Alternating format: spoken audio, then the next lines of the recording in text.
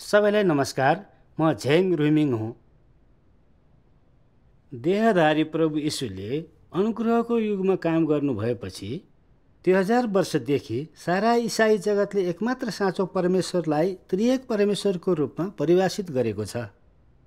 बाइबलले पिता, पुत्र र पवित्र आत्माको बारेमा उल्लेख गरेको हुनाले तिनीहरूले परमेश्वर पक्कै त्रिएक परमेश्वर हुनुहुन्छ भन्ने मानेका छन्। केही विवाद त छन्, तर धेरैजसो मानिसहरूले कुनै परिवर्तन नगरिकन त्रिएक परमेश्वरको विचारलाई समर्थन गर्छन्। कतिले भन्छन् त्रिएकत्व र अरूले भन्छन् त्रिएक, जुन आधारभूत रूपमा उही कुरा हो र त्यसले उही अर्थ दिन्छ। हामीले त्रिएकत्व वा त्रिएक जे भने पनि यसको अर्थ परमेश्वर तीनवटा भागले निर्मित हुनुहुन्छ, जो एकसाथ हुनुहुँदा एउटै परमेश्वर हुनुहुन्छ र एउटा भाग बिना उहाँहरू एकमात्र साँचो परमेश्वर हुनुहुन्न। उहाँहरूलाई एकसाथ हुँदा मात्रै एकमात्र साँचो परमेश्वर भन्न सकिन्छ। यो साँच्चै हास्यास्पद कुरा हो।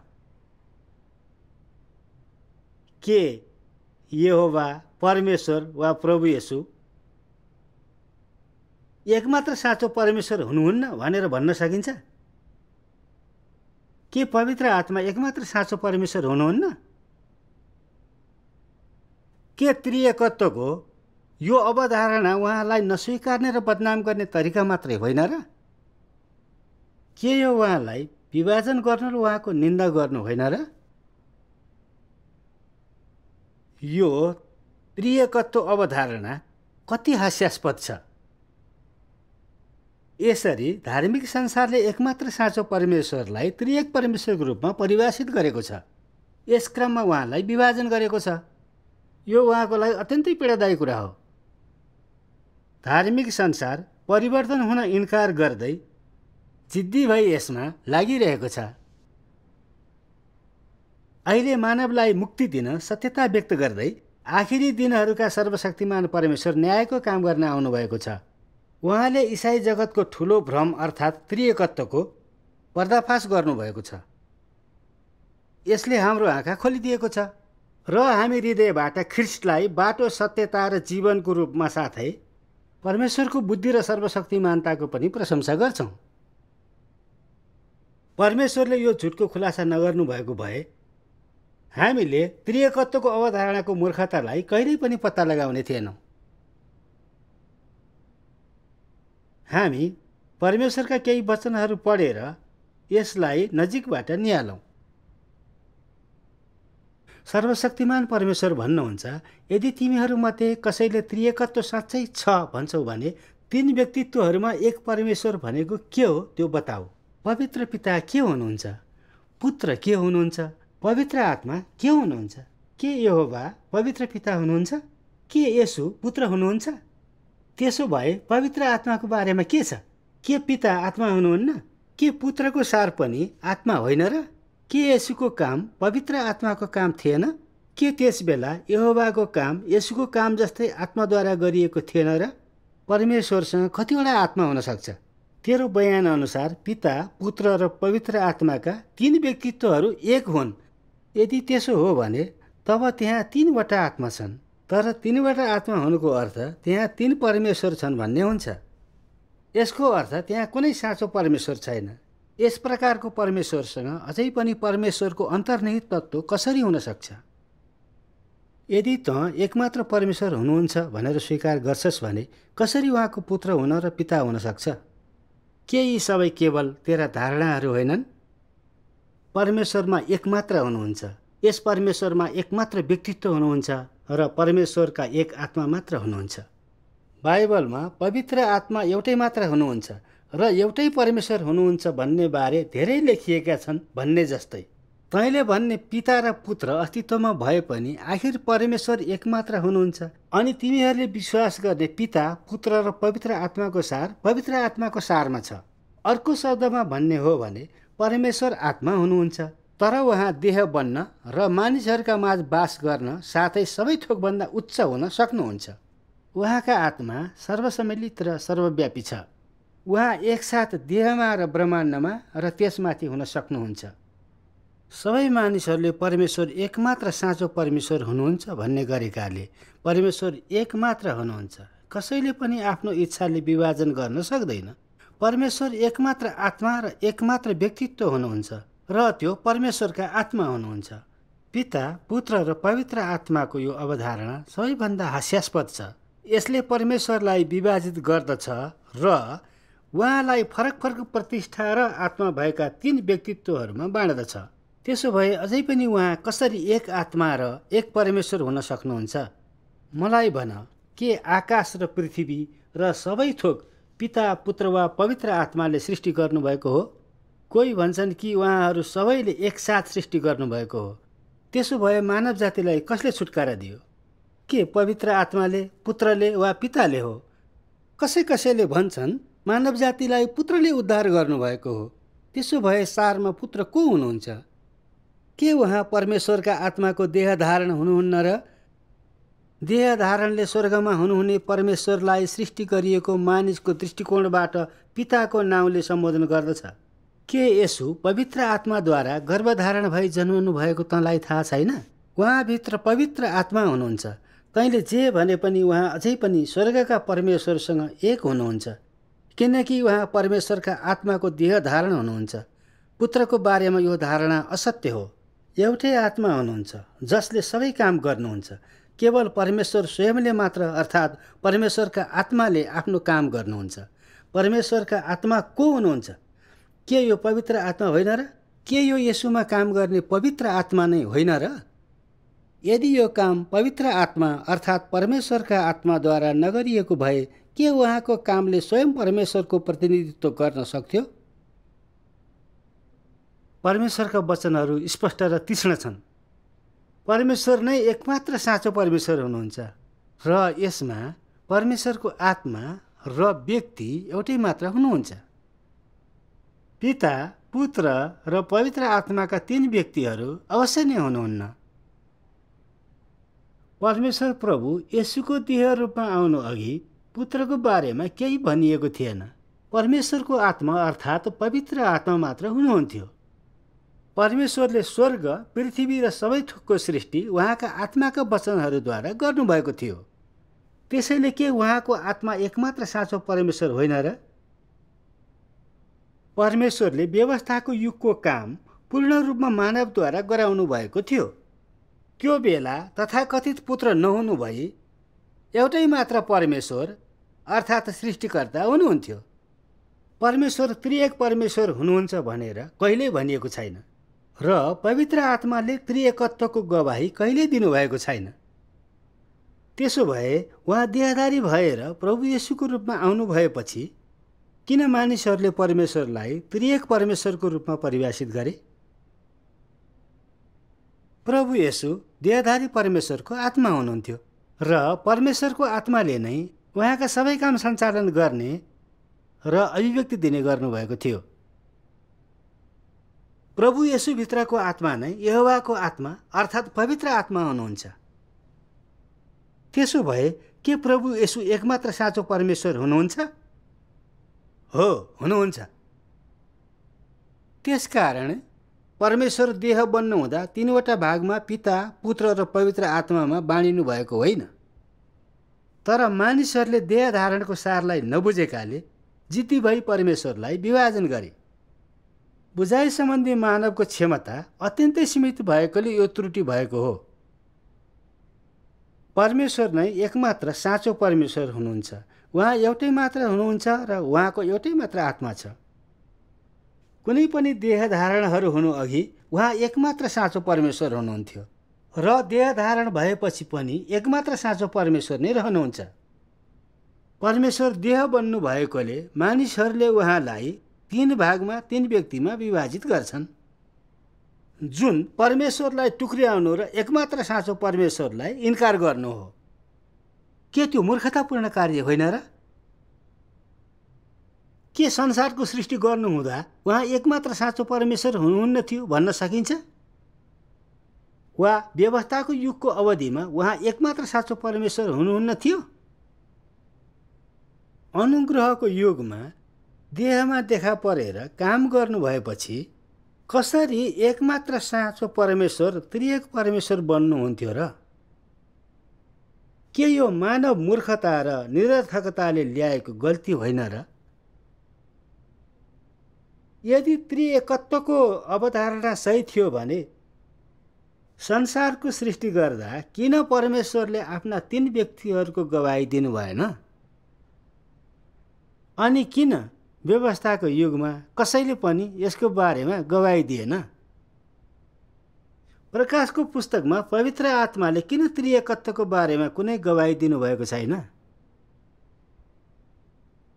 यही कारणले गर्दा हामी परमेश्वरको आत्मा, पवित्र आत्मा, पिता र पुत्रले कहिले परमेश्वर त्रिएक हुनुहुन्छ भनेर गवाही दिनु भएन भनेर निश्चित हुन सक्छौँ। भ्रष्ट मानिसहरू र धार्मिक संसारले प्रभु येशूले देहमा काम गरेको शताब्दीपछि त्रिएकत्व सम्बन्धी यस्तो हास्यास्पद सिद्धान्त कल्पित गर्यो। त्रिएकत्व सम्बन्धी अवधारणा अलिकति पनि प्रमाणित हुँदैन र यो मानव धारणा र कल्पना मात्र हो भन्ने कुरा स्पष्टै छ। यो 2000 वर्षको अवधिमा आएको धार्मिक संसारको सबैभन्दा ठुलो भ्रम हो जसले मानिसहरूलाई बहकाएको र हानि गरेको छ। यस बिन्दुमा सायद तपाईँले सोचिरहनु भएको होला, किन पवित्र आत्माले प्रभु येशू प्रिय पुत्र हुनुहुन्छ भनी गवाही दिनुभयो र प्रभु येशूले आफ्ना प्रार्थनाहरूमा स्वर्गको परमेश्वरलाई पिता भन्नुभयो? त्यसको अर्थ के हो? यस प्रश्नको विषयमा सर्वशक्तिमान परमेश्वरले के भन्नुभएको छ हेरौँ। सर्वशक्तिमान परमेश्वर भन्नुहुन्छ, कोही यस्तो भन्नेहरू छन्, के परमेश्वरले येशू उहाँका प्यारो पुत्र हुनुहुन्छ भनेर स्पष्ट रूपमा बताउनु भएन र? येशू परमेश्वरका प्रिय पुत्र हुनुहुन्छ जोसँग उहाँ प्रसन्न हुनुहुन्छ, यो परमेश्वर स्वयंले भन्नुभएको थियो। त्यो परमेश्वरले आफैलाई दिनुभएको गवाही थियो, तर एउटा भिन्नै दृष्टिकोणबाट, जुन चाहिँ स्वर्गका आत्माले उहाँको आफ्नै देह धारणको बारेमा दिनुभएको गवाही थियो। येशू उहाँको देह धारण हुनुहुन्छ, स्वर्गमा हुनुहुने उहाँका पुत्रको होइन। के तैँले बुझिस्? के येशूले म पितामा छु र पिता ममा हुनुहुन्छ भन्नुभएको वचनले उहाँहरू एउटै आत्मा हुनुहुन्छ भनी सङ्केत गर्दैन? र के देह धारणकै कारणले गर्दा उहाँहरू स्वर्ग र पृथ्वीको बीचमा अलग हुनुभएको थिएन? वास्तवमा उहाँहरू अझै एक हुनुहुन्छ, चाहे जे भए तापनि। यो केवल परमेश्वर आफैलाई दिनुभएको गवाही मात्र हो। येशूले प्रार्थना गर्नुहुँदा स्वर्गका परमेश्वरलाई पिता नाउँले सम्बोधन गर्नुभयो। त्यो केवल एक सृष्टि गरिएको मानिसको दृष्टिकोणबाट गरिएको थियो, किनकि परमेश्वरका आत्माले एउटा साधारण र सामान्य देह धारण गर्नुभएको थियो र बाहिरीपट्टि सृष्टि गरिएको एउटा प्राणीको आवरण थियो। यदि उहाँभित्र पनि परमेश्वरका आत्मा हुनुहुन्थ्यो भने उहाँको बाहिरी रूप अझै पनि सामान्य मानिसको जस्तो देखिन्थ्यो। अर्को शब्दमा भन्नुपर्दा उहाँ मानिसका पुत्र बन्नुभएको थियो, जसको बारेमा येशू आफै लगायत सबै मानिसहरूले बोलेका थिए। उहाँ मानिसका पुत्र भएकाले पुरुष वा स्त्री चाहे जे भए पनि बाहिरी रूपमा मानिसको आवरणमा हुनुहुन्थ्यो। उहाँ साधारण मानिसहरूको सामान्य परिवारमा जन्मनुभएका व्यक्ति हुनुहुन्छ। त्यसकारण येशूले स्वर्गका परमेश्वरलाई त्यसरी नै पिता भनी सम्बोधन गर्नुभयो जसरी मानिसहरूले पहिलोचोटि उहाँलाई पिता भनेका थियौँ। उहाँले सृष्टि गरिएको मानिसको दृष्टिकोणबाट त्यसो भन्नुभयो तापनि उहाँले परमेश्वरलाई त्यसरी सम्बोधन गर्नुले उहाँ स्वर्गमा हुनुहुने परमेश्वरका आत्माका पुत्र हुनुहुन्थ्यो भनी प्रमाणित गर्दैन। बरु कुरा यति मात्र हो कि उहाँको दृष्टिकोण फरक थियो। उहाँ फरक व्यक्ति हुनुहुन्थ्यो भन्ने होइन, भिन्न भिन्न व्यक्तित्वहरूको अस्तित्व छ भन्नु भ्रम हो। परमेश्वरका वचनहरूमा हामी देख्न सक्छौँ, पवित्र आत्माले प्रभु येशूलाई प्रिय पुत्र भनी सम्बोधन गर्दा परमेश्वरले आत्माको दृष्टिकोणबाट देह धारणको गवाही दिइरहनु भएको थियो। पवित्र आत्माले सो नगर्नु भएको भए प्रभु येशूको साँचो पहिचान कसैले जान्ने थिएन। त्यसकारण यो खुला गवाहीको कारण मानिसहरूले प्रभु येशू परमेश्वरको देह धारण हुनुहुन्छ भन्ने सिके र प्रार्थनामा प्रभु येशूले स्वर्गको परमेश्वरलाई पिता भन्नुभयो, किनभने देहमा उहाँ अलौकिक हुनुहुन्न थियो, तर उहाँ सामान्य मानवतामा जिउनुहुन्थ्यो र सामान्य व्यक्ति जस्तै अनुभव गर्नुहुन्थ्यो। त्यसकारण उहाँले स्वर्गमा हुनुहुने परमेश्वरको आत्मालाई पिता भनी भन्नुभयो। यस प्रार्थनाले ख्रिस्टको नम्रता र आज्ञा पालनलाई राम्ररी प्रस्तुत गर्थ्यो। तर प्रभु येशूले पितासँग गर्नुभएको प्रार्थनाको आधारमा धार्मिक संसारले परमेश्वरलाई दुई भागमा बाँड्यो र येशू र यहोवाको सम्बन्ध पिता र पुत्रको जस्तो थियो भनी भन्यो। कस्तो व्यर्थ कुरो! प्रभु येशूका चेला फिलिपले उहाँलाई यसो भन्दै सोधेका थिए, प्रभु, हामीलाई पिता देखाउनुहोस् र यो हाम्रो लागि पर्याप्त हुन्छ। उहाँको प्रतिक्रिया के थियो? प्रभुले भन्नुभयो, फिलिप, म तिमीसँग लामो समयदेखि छु, तापनि तिमीले मलाई चिनेका रहेनछौ। जसले मलाई देखेको छ उसले पितालाई देखेको छ। अनि हामीलाई पिता देखाइदिनुहोस् भनेर तिमीले कसरी भन्न सक्छौ? के म पितामा छु र पिता ममा हुनुहुन्छ भन्ने तिमी विश्वास गर्दैनौ? उहाँले यो पनि भन्नुभयो, म र पिता एक हौँ। स्पष्टै छ, पिता र पुत्र एउटै परमेश्वर हुनुहुन्छ र उहाँको बीचमा पिता र पुत्रको सम्बन्ध छैन। पिता र पुत्र सम्बन्धी यो अवधारणा जन्मनुको एउटै कारण परमेश्वर देहधारी हुनु हो र यो उहाँ देहमा काम गर्नु हुँदाको समयमा मात्रै लागू हुन्छ। परमेश्वरले देहमा गर्नुहुने काम समाप्त हुने बित्तिकै उहाँले आफ्नो मूल स्वरूप लिनुभयो र त्यसपछि पिता र पुत्र भन्ने सम्बन्ध नै रहेन। हामी परमेश्वरका वचनहरूको अर्को खण्डलाई हेरौँ। सर्वशक्तिमान परमेश्वर भन्नुहुन्छ, यसुभित्रका आत्मा, स्वर्गमा हुनुहुने आत्मा र यहोवाका आत्मा सबै एक हुन्। उहाँलाई पवित्र आत्मा, परमेश्वरका आत्मा, 7 गुणा तीव्र पारिएको आत्मा र सर्वसम्मिलित आत्मा भनिन्छ। परमेश्वरका आत्माले धेरै काम गर्न सक्नुहुन्छ। उहाँले संसारलाई सृष्टि गर्न सक्नुहुन्छ र जलप्रलय पठाएर यसलाई नाश गर्न पनि सक्नुहुन्छ। उहाँले सबै मानव जातिलाई उद्धार गर्न सक्नुहुन्छ र यसबाहेक उहाँले सारा मानव जातिलाई जित्न र नाश पार्न सक्नुहुन्छ। यो काम सबै परमेश्वर आफैले गर्नुभएको हो र उहाँको सट्टामा परमेश्वरको कुनै व्यक्तित्वले गर्न सकिँदैन। उहाँका आत्मालाई यहोवा र येशू साथै सर्वशक्तिमान भनेर पनि सम्बोधन गर्न सकिन्छ। उहाँ प्रभु र ख्रिस्ट हुनुहुन्छ। उहाँ मानिसको पुत्र पनि बन्न सक्नुहुन्छ। उहाँ स्वर्गहरूमा हुनुहुन्छ र पृथ्वीमा पनि हुनुहुन्छ। उहाँ ब्रह्माण्डभन्दा माथि र भिडको माझमा हुनुहुन्छ। स्वर्गहरू र पृथ्वीका एकमात्र मालिक उहाँ हुनुहुन्छ। सृष्टिको समयदेखि अहिलेसम्म यो काम परमेश्वर स्वयंको आत्माले गर्दै आउनुभएको छ। त्यो काम चाहे स्वर्गहरूमा होस् वा देहमा, सबै उहाँको आफ्नै आत्माद्वारा गरिन्छ। चाहे स्वर्गमा होस् वा पृथ्वीमा, सबै प्राणीहरू उहाँको सर्वशक्तिमान हत्केलामा छन्। यी सबै स्वयं परमेश्वरका काम हुन् र उहाँको ठाउँमा अरू कसैले यो गर्न सक्दैन। स्वर्गहरूमा उहाँ आत्मा हुनुहुन्छ, तर परमेश्वर स्वयं पनि हुनुहुन्छ। मानिसहरूका माझ उहाँ देह हुनुहुन्छ, तर परमेश्वर स्वयं नै रहनुहुन्छ। यद्यपि उहाँलाई सयौँ हजारौँ नाउँले सम्बोधन गर्न सकिन्छ, उहाँ अझै पनि उहाँ नै र उहाँको आत्माको प्रत्यक्ष अभिव्यक्ति हुनुहुन्छ। उहाँको क्रूसीकरणद्वारा सारा मानव जातिको छुटकारा उहाँका आत्माको प्रत्यक्ष कार्य थियो र आखिरी दिनहरूमा सबै जाति र सबै देशहरूका निम्ति घोषणा पनि हो। सबै समयमा परमेश्वरलाई सर्वशक्तिमान र एकमात्र साँचो परमेश्वर, सर्वसम्मिलित परमेश्वर स्वयं भन्न सकिन्छ। अलग अलग व्यक्तित्वहरू छैनन्। पिता, पुत्र र पवित्र आत्माको धारणाको त कुरै नगरौँ। स्वर्ग र पृथ्वीमा एउटै मात्र परमेश्वर हुनुहुन्छ। सर्वशक्तिमान परमेश्वरका वचनहरूबाट हामी परमेश्वर आत्मा अर्थात् पवित्र आत्मा हुनुहुन्छ भन्ने कुरा देख्न सक्छौँ। उहाँ सर्वशक्तिमान हुनुहुन्छ, जसले स्वर्ग, पृथ्वी र सबै थोक सृष्टि गरी त्यसमाथि शासन गर्नुहुन्छ। उहाँ आफ्नो कामको खातिर देह बन्न र व्यावहारिक तरिकाले मानिसहरूका बीचमा जिउन सक्नुहुन्छ। बाहिरबाट हेर्दा उहाँ सामान्य व्यक्ति जस्तै देखिनुहुन्छ, तर उहाँका सबै काम परमेश्वरको आत्माद्वारा सञ्चालित हुन्छ। जब देहमा गरिने उहाँको काम पुरा हुन्छ, तब परमेश्वरले आफ्नो मूल स्वरूप लिनुहुन्छ। देहको शरीर कामको चरणमा परमेश्वर देखा पर्ने तरिका मात्रै हो। त्यसकारण परमेश्वरले प्रत्यक्ष रूपमा आत्मामा वा देहमा काम गरिरहनु भएको भए पनि उहाँलाई यहोवा, येशू वा सर्वशक्तिमान परमेश्वर जे भनिए पनि उहाँ एउटै आत्मा हुनुहुन्छ। उहाँ स्वयं परमेश्वर हुनुहुन्छ, आत्मा अस्तित्वमा र अनन्त हुनुहुन्छ र उहाँले सबै थोकको सृष्टि गरी तीमाथि शासन गर्नुहुन्छ। अब सबैजना परमेश्वर एउटै र एकमात्र साँचो परमेश्वर हुनुहुन्छ भन्नेमा स्पष्ट हुनुभयो होला। त्यसमा कुनै शङ्का छैन।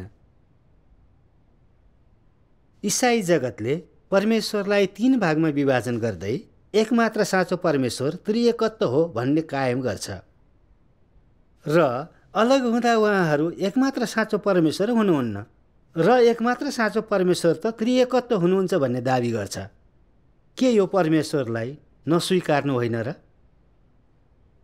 मानव जातिमा परमेश्वर सम्बन्धी यति ठुलो गलत बुझाइ हुनुले तिनीहरूले बाइबललाई नबुझेका वा परमेश्वरको सारलाई नचिनेका भन्ने प्रमाणित गर्छ र बाइबलको शाब्दिक बुझाइमा तिनीहरूले अत्यन्तै अहङ्कार देखाउँदै मानव धारणा र कल्पना अनुसार परमेश्वरलाई सीमित र विभाजन गरेका छन्।